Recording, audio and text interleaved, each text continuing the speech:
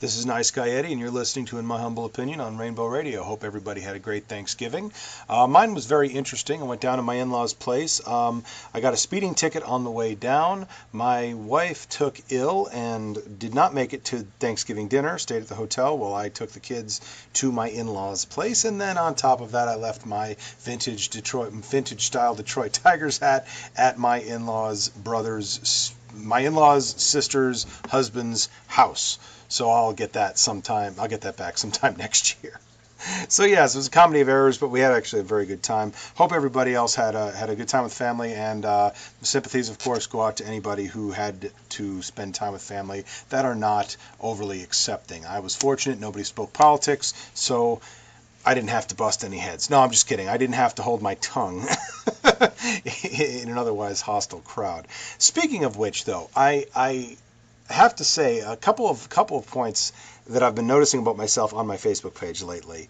And those of you who are friends with me on Facebook at Eddie Cabot or have liked my page at Niceguy Eddie probably have seen this. Since the election, I've become much angrier. I really have. And this, I don't believe this is just like an emotional thing. I think this is righteous anger. I think that I have cause to be angry. I think a lot of people have cause to be angry. I've noticed I've become a lot more vulgar, but I've also become a lot more intolerant of certain forms of dissenting opinion. Now, I don't block people on Facebook in general. I don't believe in censorship. I think if you want to say something, come to my page and say it. I've got no problem with that. But I don't need to be friends with people who either traffic in racist, xenophobic, Islamophobic, homophobic, transphobic, etc., misogynistic opinions. But I also, it has become increasingly distressful lately as I've seen fake news and misinformation start to perpetuate over onto the left. I've spoken about this before, but let me break this down. Years ago, when I first started blogging, okay, when I first established Niceguy Eddie as an online presence, mostly on Media Matters, but it was my blog. It was also on HuffPo and other places. I mostly argued with conservatives. The conservatives put up a lot of bullshit about Hillary Clinton or Barack Obama, and I argued with them. A lot of my favorite sources, Media Matters, Snopes, etc., were very useful, and PolitiFact and Fact Check and others were very useful in dispensing some of their narratives. Also, the election website, electionprojection.com, run by the blogging Caesar, a conservative blogger, but I also used a lot of the information that he provided to debunk right-wing talking points. Again, if it comes from a conservative source and you can use it to debunk a conservative argument, it carries a lot of weight. So it used to be that the fake news only came from the right. The Breitbarts, the Blaze, the Daily Callers, the Drudge Reports, etc. They trafficked in muck and scum and lies, and the left-wing sites were generally the ones that were calling them out, I should say. And I knew that they were right, because you don't even have to know about the issues. I know a couple weeks ago I had Owen Paul on, and he was talking about how you have to know all the facts, and we can't know all the facts, and we vote for people to represent us, that it's their job to study all the facts. Here's the thing. If you don't know all the facts about the issue, you can look at the way that somebody's arguing. If somebody makes a conservative argument, and somebody else debunks that argument, and you're looking at this, and you can conclude one of two things. You can conclude that the original person was wrong, or that the second person is liberal. And that's what happens. Liberals listen to the debunking and say, oh, the conservative talking point is wrong. Conservatives listen to the debunking and say, wow, the person that debunked it is liberal. And right off the bat, if that's the best you can do, if the best you can do is to prove that I'm liberal, well, I've won. I'll concede that point right up front. I'll let you know that I'm liberal. If that's the extent of what you're going to argue, is that I'm liberal or that I'm socialist or that you're going to slap a label on me, well, I've won the argument. You have no argument. And this is what I noticed for years and years and years. And I was very content in this world. I really was. I was very comfortable. I knew I could throw elbows when I needed to, and I wasn't going to hurt anybody's feelings that I really gave a shit about. And I knew that the people that I was arguing with, I wasn't going to reach them. I wasn't going to reach them because, again, the conservative mindset is a dogmatic one, and the liberal mindset is one that accepts new information. So, bottom line, I'm arguing with information. They're arguing from a point of resisting new information. They're not going to change their position. That's what conservatism means. That's part and parcel of the whole philosophy. So, okay, so what's the point here? The point is that, I was very comfortable arguing from that perspective. And lately, for the last, year, I have been arguing with liberals, not liberals actually, extreme leftists, people to the left of the liberals, to the left of the progressives, self-proclaimed communist socialists. Not that I don't have any problem with these people as individuals. I really don't. I don't have any problems with the communist or the socialist philosophies. I take issue with some of the philosophies in practice, but I don't immediately think that they're bad. Here's the problem, though. This is what has perpetuated this idea that Hillary Clinton is so thoroughly corrupt that somehow the Donald Trump administration is no worse or somehow an acceptable alternative. And it is amazing that even after months of campaigning for Clinton, even after the election, even after everything I've said since then, that I still have friends on Facebook who are posting anti-Hillary stuff, even as Donald Trump is getting ready to take office. I've been doing my best to unfriend these people, mainly because I don't want to hear what they have to say. I've had enough of this. We have bigger fish to fry at this point, and really it is the uncompromising nature of these people that caused Donald Trump to win in the first place, because this is what caused people to stay home or vote third party, okay? Instead of for the preferable alternative, the only option that was going to stop Trump and that was going to stop the travesty that happened, and that will happen. As I've had some guests on the show that have talked about Bryn Tannehill a few months ago, and we're going to talk a little bit more about that tonight as well. And I was in an argument earlier today, and this was enlightening about this whole thing. I suppose some of you may have heard about Pizzagate. Now, if you haven't heard about Pizzagate, by all means look it up, because this is some really absurd, psychotic bullshit. I mean, this is major league, ridiculous conspiracy theory level propaganda. Okay, I touched upon this last week in my previous podcast, and this was the one with the email that mentioned a couple of kids' names, and they basically turned this into a child trafficking ring. It's actually more involved than this, but they actually believe that Hillary Clinton and John Podesta and other people within the U.S. government are involved in child sex trafficking. Now, of course, this in and of itself is not that crazy. We've had Republicans involved in such a thing, but surely not the progressive. Here's the problem, though. If you go and look, and this person that I was arguing with gave me a link to a website. This is the most thorough investigation, I use that term very lightly, investigation that has been done into the matter, and I can't believe these sick people are in power.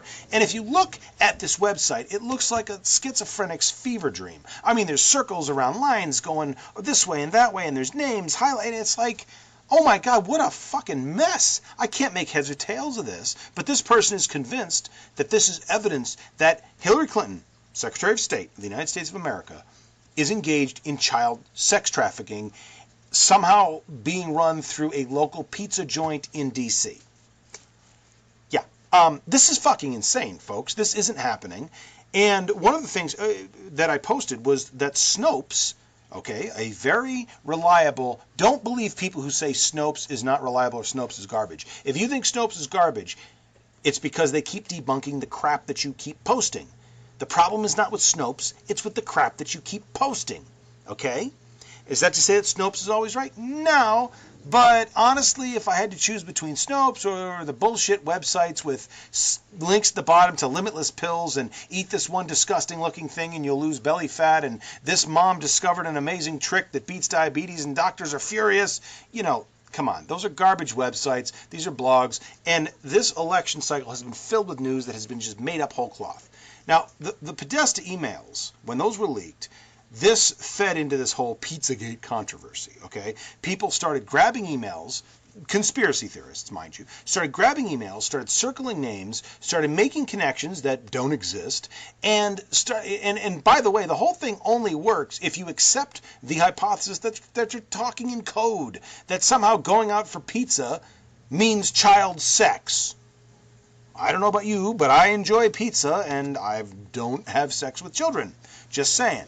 Okay, it's completely absurd, and it completely relies on the assumption that Hillary Clinton is so thoroughly corrupt that she could possibly be trafficking in child sex rings.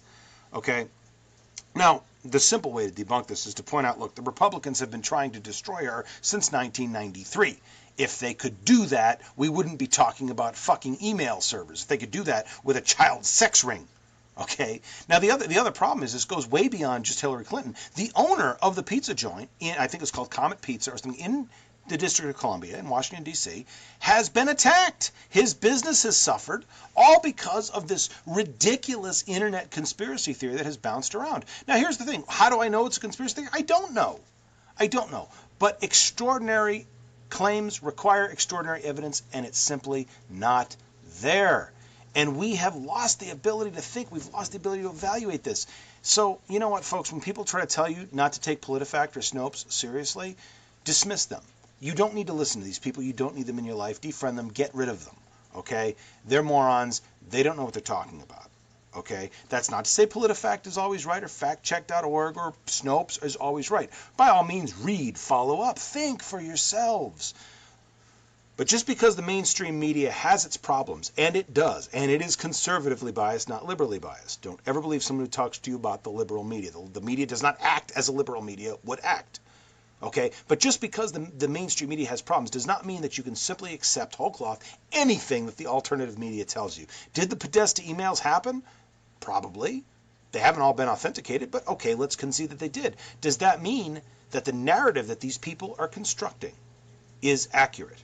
Well, okay, if the idea that Hillary Clinton, the Secretary of State of the United States of America, is operating a child sex trafficking ring in cahoots with a local pizza joint, if this sounds a little bit absurd, maybe that's because it is. Maybe you should be asking for a little bit more evidence before you believe whatever it is you read.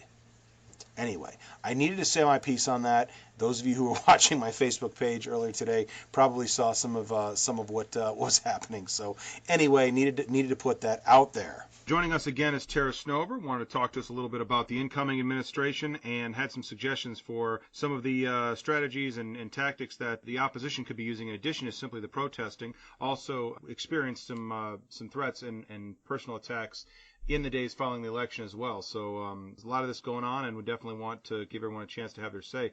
Tara, welcome back. Thank you. I feel like at home on this podcast by now. We've been together so many times. Well, definitely, always welcome, always welcome. So where do we want to start here? Well, there's so much to talk about. So much has been going on. Yes. I think maybe I'm going to start with what happened in the election itself and why I think it ended up bothering me so much, because there's a lot of things to point to in this election that are troublesome and everything like that. But I pinned down not more than a day ago what exactly was so awful about it. Okay. It was your quintessential high school election. Quintessential high school election. That's an interesting parallel. Elaborate. I like that, but elaborate. Okay, think about it. Like, usually in these kind of stereotypical elections, you have two people who are doing, like, the person from the debate club who obviously knows what they're doing and has actual connections to the principal and wants to get stuff done. Right. And then there's the rich jock. Yep. Who wants to do it just because he's the best and he wants everyone to love him. And it's not enough for him to be this figure, this icon. He needs to have every point of power in the entire institution. Right. Think about every single bad TV episode of like a 80s sitcom about two people running for president of their high school. And you've pretty much summed up exactly what happened in this election. It is a bad 80s sitcom. Yeah, I'll definitely buy that. And we've seen it in the days that have, in the last few days. The current president, Obama, had to like walk him through exactly what the president actually does. Yeah, you're referring to the report from Rachel Maddow, I assume. Yeah. Yeah, I saw that as well. That was arguably, I mean, okay, I'm speaking from a different perspective, of course, but arguably that scared me more than any other aspect of this whole thing. Yeah, the president-elect is this guy who just wants his name to mean more. That's his only reason for doing this. He wants Trump to be remembered forever. His business may go out, in like 100 years from now, The business may go down the drain. It might not exist as, grandkids, but the Trump legacy will now live on forever in the history books. Just like the Franklin Pierce legacy, the James Buchanan legacy, the Herbert Hoover legacy. Yeah. So it's a very specific reason he did this. And that's what bothers me most. Yeah. It wasn't to serve the public. And I think that's the problem with actually a lot of what the current system looks like. And it's people looking for their own interests rather than the public. We see this across the board. Sure. Classic example of this is one thing I can specifically point to that is wrong with the system currently is gerrymandering. Absolutely. This is probably the biggest problem the nation faces right now, more so than any other thing. And I know that sounds ridiculous with all the things that are, like healthcare problems we're going to inevitably have in the next 4 to 8 years, to rights issues and stuff like that. But you can trace back pretty much the entirety of the current problems we have today to gerrymandering. Right. And that's going to be standing in our way trying to fix any of this stuff as well. Exactly. And for those who don't know what gerrymandering is, it is a very underhanded, awful way to abuse our congressional and actually local politics system. Mm-hmm. So what it is Congress and other divisions are allowed to create the districts in which you live in. So they can pretty much go out and be like, all right, we have 10 districts in our state. If it was allotted normally by like city centers or things like this or, different counties, we'd pretty much on average get a near 50-50 split of Democrat-Republican. Right. But what they do is they go in and let's say it's, for the sake of it, a Democrat really wants to win re-election. So they go in and they literally redefine the borders of the district to cut out a huge Republican section. Right. So now those votes they don't have to worry about. Right. Or worse, the entire party draws the map such that they have a whole bunch of 70-30 districts in their favor, and all those 30%, which may have accounted for 2 or 3 representatives, instead get 0. Exactly. They get disenfranchised entirely. Yeah. So safe districts and cutting up your opposition and spreading them out. Exactly. And this created a twofold problem. The first fold is, again, what you already said, is that the people are not getting represented in the way that it should be because of, the places they live. And But the second, the more horrible problem is this creates less centric candidates. Mm. This was what gave rise to the Tea Party. Right. Basically what happened is for years they were cutting up their districts in ways to create it so they did not have to worry about the opposition. But what happened is now that you're just preaching to your base, it created extremists. Right. Because the only challenger is the one in the primary. Exactly. So you're creating these people who are super anti the other guy. Right. Even though 30% of your district still may want the other guy, still may be of a different ideology. You have 30% opposition, 30% moderate, and 30% extreme. Well, the last thing you want is the extremists to put in a primary challenger. Guess what? You better be more extreme. Exactly. So now that the extremists are winning congressional and senatorial seats, we're seeing this division in the Congress itself. Right. Back in the 50s, the 70s, any other time except our own, across the board bills were happening. Right. People would sit down and go, hey, I don't agree with you on women's rights issues, but we totally agree on what should happen with this bill. Right. So let's get together and vote on it. Yep. Now, never happened. Right. It is an extreme case when actually 2 people from across the aisle sit down and say, let's make this work. It does not happen anymore. And so, it's a nightmare system there. And it also creates more extremist voters. Right. So you have,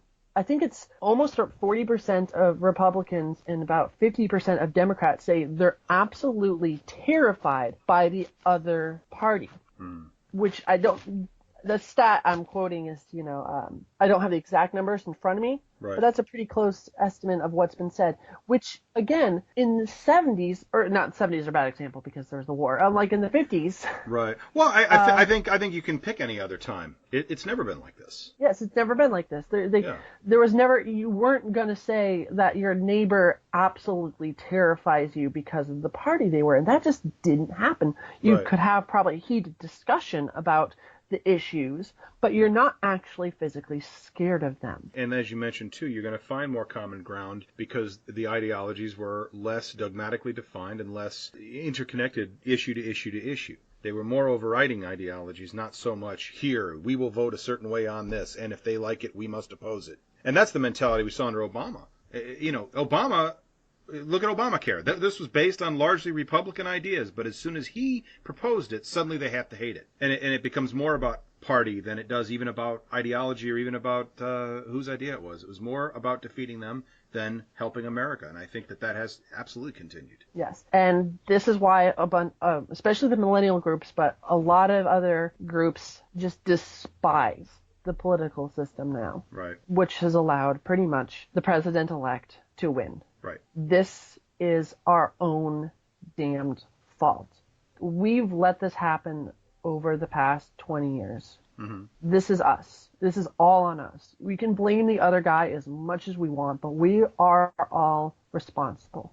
Thus making it, we are responsible to fix the problem. Right. So there's a lot of ways we can fix this, and I think the number one way to fix the current problem is we're having is, first off, that number of who voted in any given election should not be 50-50. Like, we had a good year this year, and like 60% of the people voted. Yep. Which is a good year. Yeah. This is an absolute horror. Right. When more people are worried about who's becoming the next American Idol or what have you, than the people who are actually making decisions that affect your life on a day-to-day basis is something that needs to be fixed. Absolutely. Now, there's a lot of ways we can fix it, from everything from as soon as you turn 18, automatically getting registered to vote. Right. Changing the election day from a Tuesday to a Saturday or a Sunday. Agreed. And there's paths to it. But to get those paths, we actually have to get out and work for it. So one of the ways that we can do that is fix it on a local level. Mm-hmm. For instance, I have some pretty ridiculous stats here about what's been going on a local level. Okay. For instance,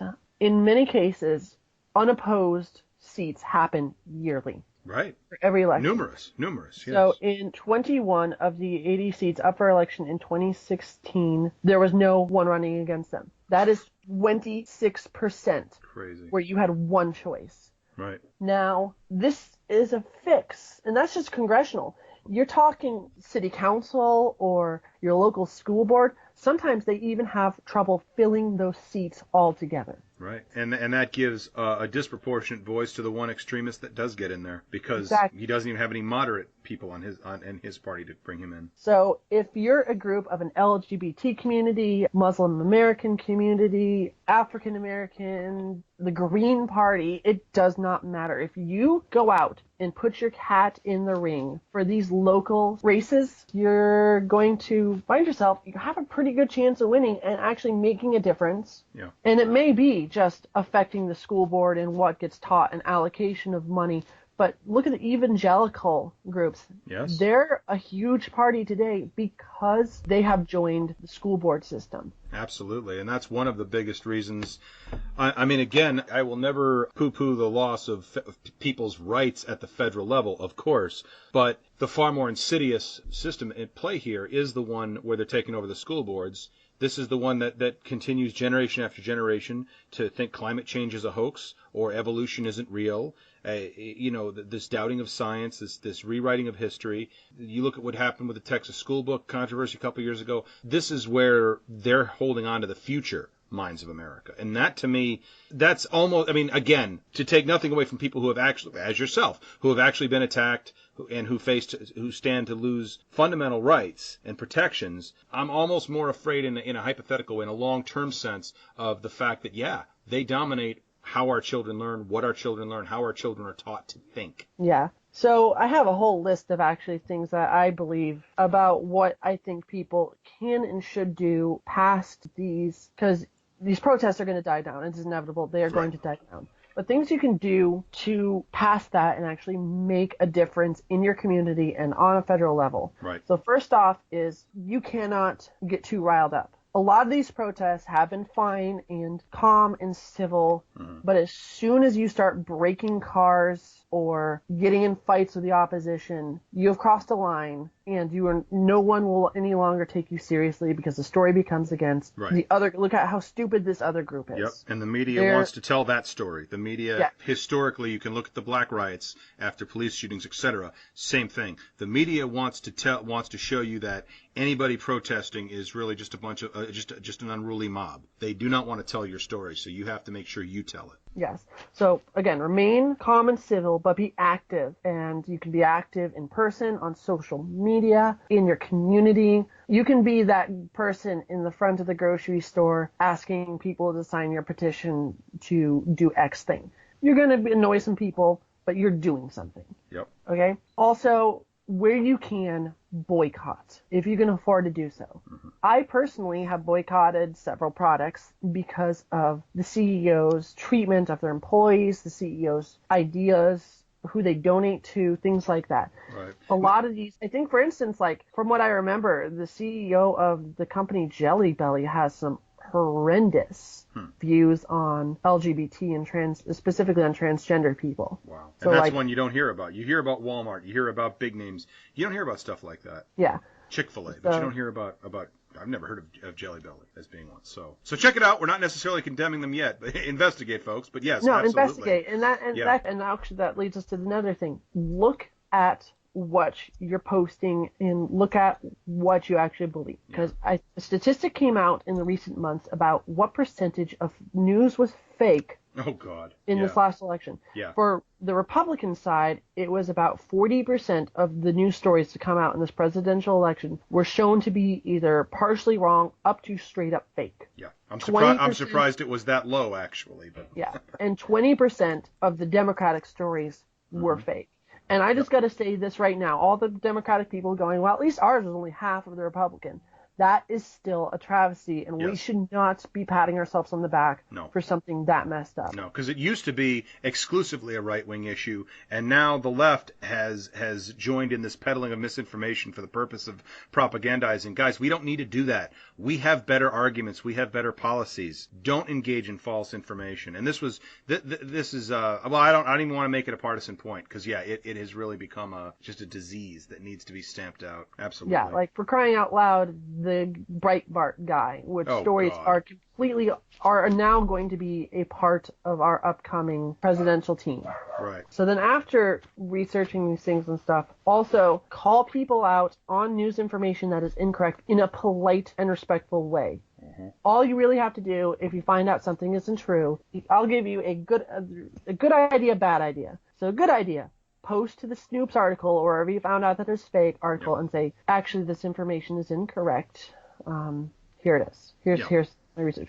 Do not, and I mean do not, call the person stupid, a hate monger, anything like that. They might be all those things. Right. But as soon as you get into that territory, you have gotten into the I'm right, you're wrong, you're an idiot mentality. And we've all fallen for this. I mean, I'm sure you've done the same. I know I've done the same, where you see something, sounds reasonable, you post it, because maybe you're in a hurry. Maybe you just saw it. Maybe you're just upset, and you just wanted to post something, because to hell with them, But somebody puts up the PolitiFact or the Snopes or whatever other fact-checking source you prefer, and, take it down. I know I've been called out, take it down. Don't be a purveyor of this stuff, because it undermines your own, worst case, or best case, it just undermines your own credibility. Exactly. And then here's the big one. This is something everyone can do and needs to do. You call or write a letter, do not email. Call or write a letter to your congressional representative and voice your problems and concerns with those people. Because you're going to talk to a staffer. You are not going to talk to the congressperson. But these staffers report to the congressperson every day. Yep. And if 1,000 people call that congressperson and say, I'm worried about my health insurance, or I'm worried about my rights, or I'm worried about this, that is a pretty significant portion of their district, and they are going to listen. Mm-hmm. They have to listen. There's been times where a congressperson, like a local radio host of a daily show, says, hey, call this congressperson and tell them X thing. And they get literally thousands of calls, and that changes their policy. Yep, because absolutely. Never email, because those get glossed over. Write a letter so they physically have to open it, or make a phone call where they have to talk to you, and if it is busy, if the phone is busy, call back. Call back. And this is where social media can play a relevant point, because I mean we all love to just put up our gripes, but put the information. Who's behind it? What are their phone numbers? How do you know? Who do you need to talk to? That kind of information, when you put it out there, can make a real difference. Yeah, like I recently posted a fact. I put an address down for local. I think it was the speaker. Yep, saw that. Of the House. I put it out there, be like, listen. You need to let this, because he went on the news saying he had not been hearing these stories about harassment and things along those lines. Right. And so I decided, you know what? I'm going to let everyone know, please mail him a letter sharing your story. Absolutely. I personally had someone go in the days after the election and try to gave me a lot of hate speech on my local webpage and through email, and even tried and failed to dox me. I think I got hacked. And so I shared that story with him. Yes. I wrote it down in a letter and sent it to him and say, this is the hate crime that's going on. Yeah. And it is crazy to me, although, again, maybe it comes down to, who we're connected with, who we talk to. We all think, if everyone in our Facebook feed is talking about something, it must be common knowledge, but not really, because your Facebook feed isn't exactly a scientific sampling of, the population. No, they have algorithms to cut out it. So basically what happens is, that Uncle Joe posted that racist thing a few months ago, and you definitely said, I don't like this, and got in his face about it and everything like that. Facebook algorithms read that and go, they don't want to see any posts from Uncle Joe, so you don't see any posts from Uncle Joe anymore. Exactly. And he doesn't see posts from you for the same reason. Right. So preaching to the choir becomes an issue. That becomes a big problem. And don't assume that, my inbox, my Facebook feed in the last week has been filled with stories like yours. People that I know, people that are affected directly by this. Some of the stories are chilling. Some of them are, of course, completely absurd because these people out there are just morons. But that doesn't mean that, again, some guy in his ivory tower in Washington is getting the same information that I'm getting because I'm actually connected to these folks. He's not. So you do have to tell those stories. Absolutely. And then the other thing you can do is spend your money or your time on issues that matter to you. Donate or volunteer with lobbies. Donate or volunteer for non-for-profits and charities.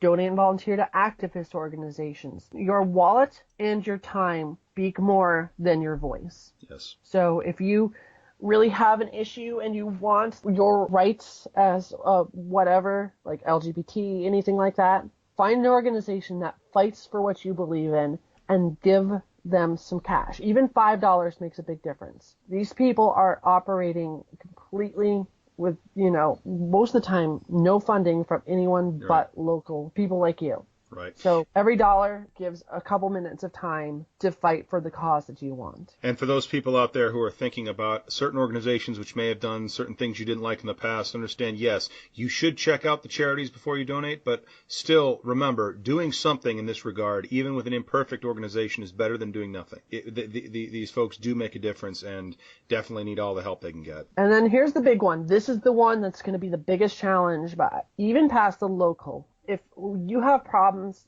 this election has shown us, if anything, there's a big problem we have with career politicians. Yes. The nation has said in a voice with the Sanders vote and the Trump vote. And with the third party vote.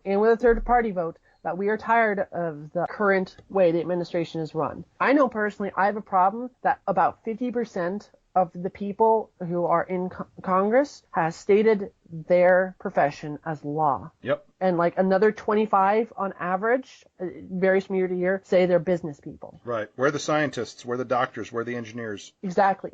I don't want a business person in charge of the environmental. The EPA? Or not even the EPA, just like there's funding allocation for environmental issues. Congress decides how much money these organizations get. And so I don't want an oil tycoon being the one going, well, we need to take away all the money from the EPA and put it into the science for how drilling and fracking is amazing. Well, come on. We, there's a lot of work to be doing with getting coal cleaner. Come on. So we need people to actually run for Congress. Right. We have, I think, only 20 of the people who were running, who were in office from 2014 to 2016 this year. Only 20 of the entire seats of the congressional were under the age of 40. The average age of a congressperson is, okay, and this represents the 114th Congress from 2015 to 2016. Mm-hmm. The average age was 57 and Senate was 61 years old. That is the average age. So no wonder millennials are feeling ignored, because there are no millennials. There are a total of the millennial age bracket, like 3 or 4 people who are millennials. Right. There are barely any Gen Xers in there. Yep. Almost 100% of the congressional seats are baby boomers. Mm-hmm. So if you have a problem, get out there, get the signatures, get the money, and run for Congress. You may not win. Actually, you're just fighting against an incumbent Senate person. You have an 85% chance of losing. Right. But by doing so, you're showing the world that you actually care about this country and the things you want. And you can have a voice and a chance to let your district decide if they want you in office, if they agree with the things you're saying. And it is ridiculously easy to start a congressional run.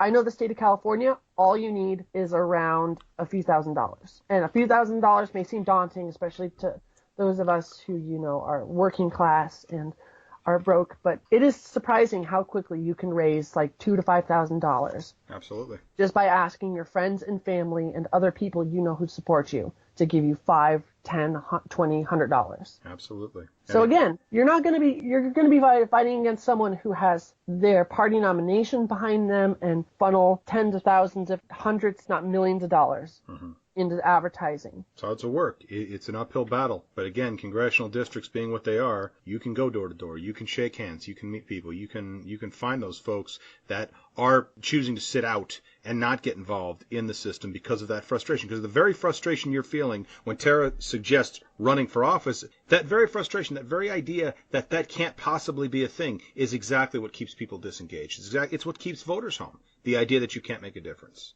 And that's what they want us to think. That's what the powers that be want you to believe. And if you act accordingly, you're giving them exactly what they want. And you'd be shocked how even there's been times in the past where a congressperson who was, maybe, let's say, an unpopular candidate, literally what they did is on the day of the election, they sent out all their staffers, and instead of calling people and things like that, they had "we'll drive you to the polls" thing. There have been times where people have won elections because they said, "Hey, we're willing to drive you to the poll today to vote. It doesn't even have to be for our candidate. We'd like it to be for our candidate, but it doesn't have to be for them." And they go out to those communities. Anyone who supported them at all, they drove them and got them there, and they won because of it. Yeah. As something as simple as doing that, you can show that not just your voice, but either your generation, your minority group, your party, and your community. Because these will affect, your representation will affect everybody. So even if you don't win, let's say you're a Green Party member. I'm just pulling that one out of nowhere. You're a Green Party member. Your likeliness of getting into Congress is minuscule. But you go out there and you even show that you can win 10% of the vote. Yep. People are going to notice you. Yep. And people are going to do what they need to do to keep you from getting more than 10% of the vote next time. In other words, they're going to change their positions. They're going to listen to their constituents because they have to. Their survival depends on it. So if all of a sudden a Green Party member out of nowhere gets 10% of the vote, that congressional person is going to go, "I need to pay more attention to the Green vote." Yep. You've made a change right there. Yep. Yes, you and your friends may be out a few $1,000s and time and energy of actually running. But you've made a difference. But shockingly, there's other times where people have won because of their name. There has been interviews about someone, let's say you decide to run for your seat and you're running as a Democrat or what have you. Yep. And you win just because people read your name and go, "I like that name." And they're a part of my party. I'm going to vote for them. I'm not kidding. This has happened. Absolutely. Well, I mean, you look at this election was not about policy. There wasn't any policy discussion. This was a popularity contest, and Donald Trump didn't win on policy. He won on celebrity. I think there was zero talk about. We're frantic right now because the president-elect has not told us what his presidency is going to be like. He's had talking points about getting rid of immigrants and watching Muslims entering the country and all that kind of thing, but those aren't policies. Those are radical sound bites. Yep. So he won on a zero policy platform. Another thing that putting everything else aside is a singularly scary thought, because idealism is important, but idealism and a desire to send a message, etc., should not matter more than policy. Personality certainly should not matter more than policy, but clearly it did this time, and that does not bode well for the future of this electorate in this country. No. So I again speak out to every group out there. Millennials, you need to vote and you need to run. LGBT. On the upside, we did get our 2 transgender representatives in the Congress this year. So the LGBT community is actually getting out there and doing what they can. You're worried about people trying to take away your marriage? Be a part of the group that has the power to keep it there. Absolutely. Are you worried that you are going to get a religious test to stay or enter the country? You need to run and say, from my local district, I'm going to stop it from happening. And I want to put this out. This is a little bit off topic, so forgive me. I don't want to get us too far off base here. But as folks are going out there and trying things too, okay? Not everything's going to work. But for God's sakes, don't mock the people who are trying, okay? You don't think it's a good idea? Fine, don't participate. But you know what? Somebody's out there trying, and you never know what the next good idea is going to be, okay? Exactly. So if somebody's protesting, don't mock the protesters. If somebody wants to wear a safety pin, if somebody wants to give out wristbands, if somebody wants to start a petition, if somebody wants to run for office, you know what? You don't want to be a part of that. You don't have to be. Just walk aside. But you know what? Honestly, unless you're actively opposed to it, there's no reason for you to be trashing it. Yes. Because you're part of the problem. You're part of the problem if you're not getting involved and if you're poo-pooing those who do. Stop the hate. This is one of the biggest things we can do. Even the president-elect has said, stop the hate. Has he? He did. Oh, okay. But who did he say it to, though? Because I only heard him say it to the protesters. I heard his blonde press surrogate say it to the protesters. No, on 60 Minutes, he legitimately told all the people who are sending hate mail and anti-LGBT, anti-Jewish, Muslim, KKK, Mexican, yeah, all that. He has said, stop it. That is a quote. Stop it. Okay. The Democrats, you need to stop the hate. You can say issues. You can say the problems you have with this upcoming president. You can even go out there and please keep protesting. He has already gone more middle of the road because of these protests, because of it. Don't stop that, but stop the hate. If a Trump supporter comes out to the rally to do an anti-protest, do not mock them. Do not spit at them. Do not cause any violence against them. Do not do any of these things. They have every equal right to be out there protesting your protest that you have, to be out there and speaking your mind. If someone posts something shitty on Facebook that you do not agree with, call them out on being shitty, but do not do it in a place of hate. Right. This is the reason from the very beginning of this conversation that we've created such a segregated community that no one is willing to work with anyone anymore. So next time you see someone post something shitty on Facebook, instead of going, kill yourself or whatever, you want to comment to that person. Yeah. Or you're such an idiot. If you really feel the need to talk to them about it, talk to them about it. Ask them, why do you feel this way? They might be crappy back to you, but as soon as you start trying to understand where they're coming from and try to understand and having a rational conversation and a rational argument between the two of you, best case scenario, you change their mind about it. Worst case scenario, they come off as the jerk face. Definitely good points. And Tara, you're quite a bit more high-minded than I am. I have to admit, I'm a bit shamed by this conversation. My problem with all of this, though, is one of symmetry. Is one of lacking symmetry, I should say. We cannot actually, honestly, in any objective way, say that as the Republicans have moved farther and farther to the extreme right, the Democrats have moved farther and farther to the extreme left. And when it comes to a lack of wanting to cross the aisle, again, I don't see a symmetry here, because I see a Republican Party that stated, we're going to obstruct everything. We're going to make Obama a one-term president. This was Mitch McConnell's stated number one goal 8 years ago. And 8 years ago, so obviously it failed, but the tactics haven't. And yet we have a Democratic president who has bent over backwards to use Republican ideas in his own legislation.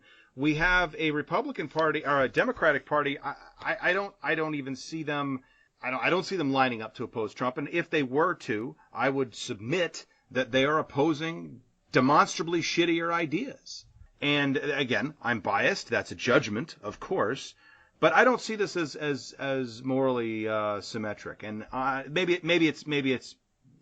I'm splitting hairs at this point, but I don't believe so. I don't believe that the problem is Congress. I believe very much the problem is Republicans, and I believe that's self-evident. I believe that's demonstrable. I don't think that's just my bias. This is gonna show how much of a nerd I am, but there was a game that came out recently. A 5-minute game. I played it earlier today, and I liked that. It is called We Become What We Behold. It is a 5-minute game, but it shows exactly what you were talking about, Eddie. We were coming out, and yeah, it's showing that the media, especially, and the extremists in the groups are causing these crappy scenarios. Yeah, they're driving the media coverage, and the media loves it because the media loves controversy. Exactly, and then this game demonstrates that beautifully. Yeah, and then we fight amongst ourselves, and then they feed off that anger, and it gets worse. Yep. Do you think if there wasn't such and I agree with you in some respects, the Republicans are a little bit worse at doing this, but that's just because of the slash and burn tactics they've used in the past 8 years. I'm agreeing with you there, but the thing is Democrats have taken the high road, and it may not have worked because we're not playing their game. Sure. But I think in the long run, when we look back at this time period in our existence, we will remember the people who stood by and respectfully and peacefully protested and were willing to work with these people. I certainly hope so. We will remember them, and we will honor them, and we will respect their ideals and their love for the country and their willingness to be rational, decent human beings. Right now, the short term, the media is focusing on these shitty people doing shitty things. Yep. But the day everyone changes to become what you hate, to fight it, is the day the world loses. I'll agree with you there, certainly. So, yes, in the short term, this is going to be a problem. People are going to be shitty to you, and you are physically going to want to tear them apart because they're making your life miserable and hard. But if you return that hate with hate, more hate will just come, and it will pool and it will turn into this even more of this cesspool that we have created today. Right. And critical point that I may have missed unfairly or otherwise is that you're not saying don't stand up. You're not saying don't call it out. You're not saying don't fight back, but be cautious about how you do this. Be careful and deliberate about how this is done. Yes. It must be stood up against, but there are ways, and it must be kept positive. Well, not even positive. You can be angry. Use that anger. Use it, but in a respectful and logical way. I'm angry to no end right now. You have no idea how angry I am. For crying out loud, someone has, I think it's been one person, but maybe more, has been, in the past 2 days since the election, been trying to make my life miserable. Right. And they're trying to put your life at risk, to be perfectly open. Perfectly honest. As soon as someone tries to dox you, that is the point when you go, but it worked at first. You won for a day, person. You won for a day. And you and I were talking as a large portion of that unfolded, should add. Yeah. Not all of it, but some of it. And I was scared. When someone does that to you. But you know what? That hate has turned into resolve in my heart. Right. I am now on a podcast speaking about love and respect and understanding. You, sir, have lost. Absolutely. So I'm angry. I'm angry at this election. I'm disappointed in what the states have done. I'm disappointed in all the people who let fear and hatred win out over their love and respect for other humans. I'm angry at my own Democratic Party for the things they did to get the candidates they wanted into office. I'm angry at the media for giving the attention to an attention-seeking glory hog instead of equal times for the different representatives. I think for every 2 minutes of the president-elect they gave 30 seconds of time to the other candidates in a year ago. Yeah. And let's face it, that time was not used calling him out on his incompetence, on his buffoonery, on his lack of policies and plans. No, it was just because it was made good news. Yes. recently, the owner, CNN came out and said he regrets playing all of the president-elect's speeches verbatim just for airtime to get people watching. Yeah, well, there's a saying in, I know it's common in baseball, it's probably common in a lot of areas in life, too little, too late. Exactly. But he came out and said it. So this is things, and I'm angry about that. I'm angry about my own party forcing Clinton in instead of, I'm a staunch Sanders supporter. I still am. As was I. I have such disrespect for the Democratic Party and the media right now for what they've done that I'm switching to an independent platform. Because at this point, I've lost faith. So that anger's there. And that anger, let that fuel you, but not fuel your own anger. Absolutely. Use this anger. And all these people out there protesting. You know what the next step to do is? There are hordes of people on the streets right now that believe the exact thing you do. So what to do right now? While you're out there, go to local Kinko's, write down your contact information for an email that's specifically for this purpose, and hand it out to everyone there. You see at the protest and say, I want to do something. I want to run for my local school board. I want to create a group that helps raise money. I want to do this. Here's my information. Don't give out your personal information like your phone number and your personal email. Establish a campaign email, an email for the purpose of doing this work. Exactly. So you go out there, and there's thousands of people there. Just, again, you can create little slips of paper at a Kinko's or an Office Max or what have you for like 10 cents a print, and you can probably get like 50 phone numbers off of each page. So you could literally have thousands of these things to ready just to hand out to people. Do it. Most people will throw it away, but even if 10% of that organization, you have already hundreds of people in your network. Right. And if you want to do something more professional than that, I'm going to give a shout out to the company that creates my business cards for this program. That's Vistaprint. You can get about 500 cards for just $20. This is according to your own design, and they're very professional looking. So if you don't think handing out simply slips of paper, again, this stuff is not prohibitively expensive, folks, and you can really you can go very far if you look carefully. So again, shout out to Vistaprint for doing my own version of exactly what Terra's talking about here. Exactly. You do it to the product level you can afford. And if you can't afford it, do it. Absolutely. And so you have, like I said, thousands of like-minded people all around you. Work with those people to get your goals met past the protest itself. Because we have as a country let it know that we are upset. And that is the first step. The next step is have clear goals about what you want changed. Now, and I forgot to mention this earlier. One of the biggest problems we have as a country is we get upset, but then we have no solutions to those problems. That was the biggest problem with Occupy Wall Street.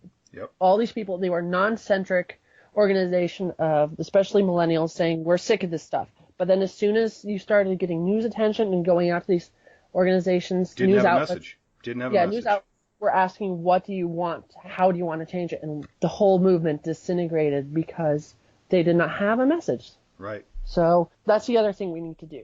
When you have those well thought out things, like I have clear plans. For instance, if I decided to run for office, I think my biggest thing would be, I said earlier in the show, gerrymandering. Yeah. This is a huge problem. California has fixed this problem. We've come up with a third-party, nonpartisan system that creates the actual districts, and now our districts represent the people who live in them. Right. We do not have this problem in California.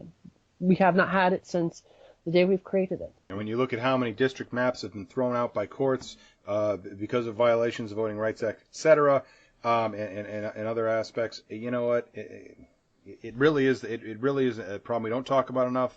And if you want to talk about getting rid of the establishment, if you want to talk about term limits, you don't need term limits. You need competitive districts. It really is a critical issue. The districts will sort themselves out with term limits. Exactly. Like I said, my personal congressional seat for the county I currently live in has been in since 1995. It's a long time. That is a long time. With all due respect, she knows what she's doing. Right. And she's been doing a good job of it. Yeah. But at the same time, she is, by the next election, will be 72, 73. Yep. Who's next? Who's next? Who's on the bench here? Who's going to step up? It could be any of us who decide to step up and do this. Absolutely. So, again, and there's a lot of people like that. For crying out loud, only the average age is 57. We need a new generation. Millennials in particular. Absolutely. Use your hatred. use the fear, use all these things to make a damn difference and get out in your community and change it. Absolutely, folks. Heed her words because they are wise. Terra, thanks so much for coming on. Thank you so much for having me. I'll be back because I can't stay away from this show, apparently. I'd like to thank Terra again for coming back on the program, and I hope you guys enjoyed listening to our conversation. What she was saying is very important. I know that when somebody says something like, we'll run for office, that seems completely ridiculous, completely out of reach. But the point of this whole segment was that it really isn't. And if we think that, we're going to be lost. Also, an easier way to have your voice heard if you have something to say is to remember that Rainbow Radio exists to give the LGBT community a voice. So if you have something to say, we'd like to hear from you. Please email me at niceguy9418@usa.com. You can send me a message if we're friends on Facebook. You can find me at Eddie Cabot. You can like my page at Niceguy Eddie. You can leave a comment on my blog at eddiecabot.blogspot.com. You can follow me on Twitter at Niceguy Eddie Cab, Tumblr Niceguy Eddie Cabot. And if you'd like to support IMHO, Rainbow Radio, and the content creators that we have on, such as Terra, whose personal webcomic can be found over at mockgirl.com. Please visit my Patreon at Niceguy Eddie. Hope you enjoy the rest of your evening. Keep on listening to Rainbow Radio.